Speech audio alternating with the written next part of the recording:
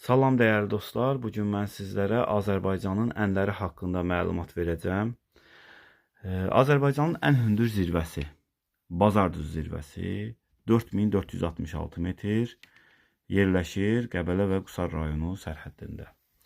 Azərbaycanın ən uzun çayı, Kür çayı, Türkiyənin Qızılgədik dağından başlayaraq Xəzər dənizinə tökülür, uzunluğu 1515 kilometrdir.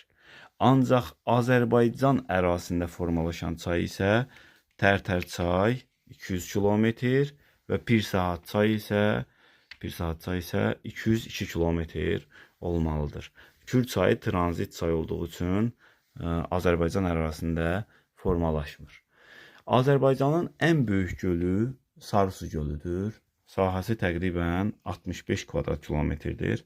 İmişli və qismən də Sabirabad rayonu ərazisinə düşür. Azərbaycanın ən dərin gölü Göygöldür. Elə Göygöl rayonunda yerləşir. Dərinliyi 96 metr, bəzən də 100-102 metr verilir. Azərbaycanın dəniz səviyyəsindən ən hündürdə yerləşən gölü Tufan gölüdür. Qəbələ rayonundadır. Dəniz səviyyəsindən onun hündürlüyü təqribən 3277 metr olmalıdır. Azərbaycanın ən böyük adası Pirallahı adasıdır. Başqa adı, əvvəlki adı Artyom. Onun sahəsi təqribən 17 kvadrat kilometrdir. Ancaq əvvəllər Kür dili verilirdi. Sonra dənizin səviyyəsi çəkildiyi üçün bura yarımadaya çevrilib. Kür dili yarımadası olub. Azərbaycanın ən böyük yarımadası isə Abşeron yarımadasıdır. Əlbəttə ki, onun sahəsi 2,1 min kvadrat kilometrdir. Adının mənası da ab su deməkdir. Şeron, şoran, yəni suyu şoran olan ərazi. Burada çoxlu şoran göllər var, Masazır, Binəqədi və s. Azərbaycanın ən böyük körfəzi Qızılağac körfəzidir. Sahəsi təqribən 960 kvadrat kilometrdir. Azərbaycanın ən hündür palçıq vulkanı Torağaydır. Onun hündürlüyü 400 metrdir. Azərbaycanın ən hündür şəlaləsi Qəbələ rayonunda yerləşən Dəmiraparan çayının sahilində yerləşir. Dəniz səviyyəsindən 1700 metr yüksəklikdədir və bu şəlalənin hündürlüyü 96 metrə çatır. Sonra Azərbaycanın ən böyük şəhəri Bakı şəhəridir. Əhalisi 2 milyondan çox, yəni rəsmi əhalisi var. Azərbaycanın ən böyük əraziyə sahib olan rayonu isə Quba rayonudur. Onun sahəsi 2,6 min kvadrat kilometrdir. 2023-cü il 5 dekabra qədər ən böyük rayon Kəlbəcər idi. Sonradan isə Kəlbəcər rayonundan, Tərtər rayonundan və Ağdam rayonundan bölüşdürülərək Azərbaycana yenidən 2023-cü il 5 dekabr tarixində Ağdərə rayonu yaradıldı. Və Kəlbəcər rayonu artıq Azərbaycanın ən böyük rayonu deyil, ən böyük rayonu Quba rayonudur. Sonra Azərbaycanın ən böyük su anbarı Mingəçevir su anbarıdır. Sahəsi 625 kvadrat kilometrdir. Azərbaycanın ən uzun kanalı Samur-Abşeron kanalıdır. Samur çayından başlayır, Ceyranbatan su anbarına qədər uzunluğu 182 kilometrdir. Azərbaycanda ən çox ərazi suvaran kanal Mingəçevir su anbarından başlayan Yuxarı Şirvan kanalıdır.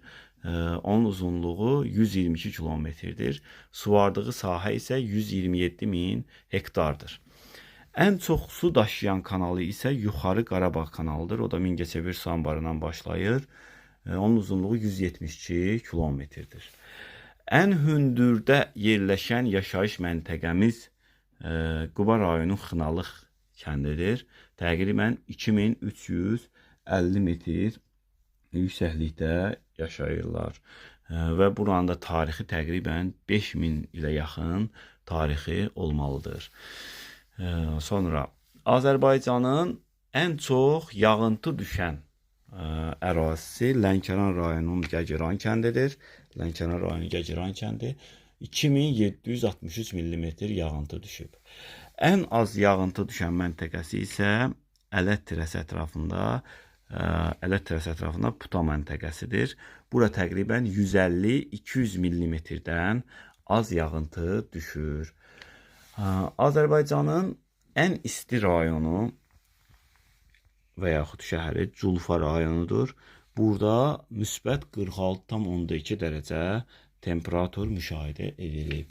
Azərbaycanın ən soyuq rayonu yenə Culfa rayonudur. -33-dür. Əvvəlki kitablarda müsbət 44 və -33 verilirdi. Ancaq Azərbaycanda insan yaşamayan ən soyuq yer isə Bazar düzündə müşahidə olunub. -45 dərəcə. Sonra Azərbaycanın ən uzun sərhəddi Ermənistan Respublikası ilədir. Onun uzunluğu 1007 kilometrdir. Ən qısa sərhəddi isə Türkiyə Cümhuriyyəti ilədir. Təqribən 15 kilometr sərhəddimiz var. Azərbaycanın ən hündür tikilisi Bakıda yerləşən Teleqüllədir.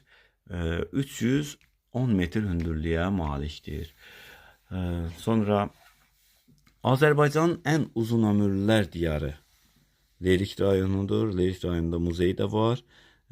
Demək ki, burada ən uzun ömürlü insan kimi tarixə düşmüş şəxs Şirəli Müslümovdur. 168 il yaşamışdır.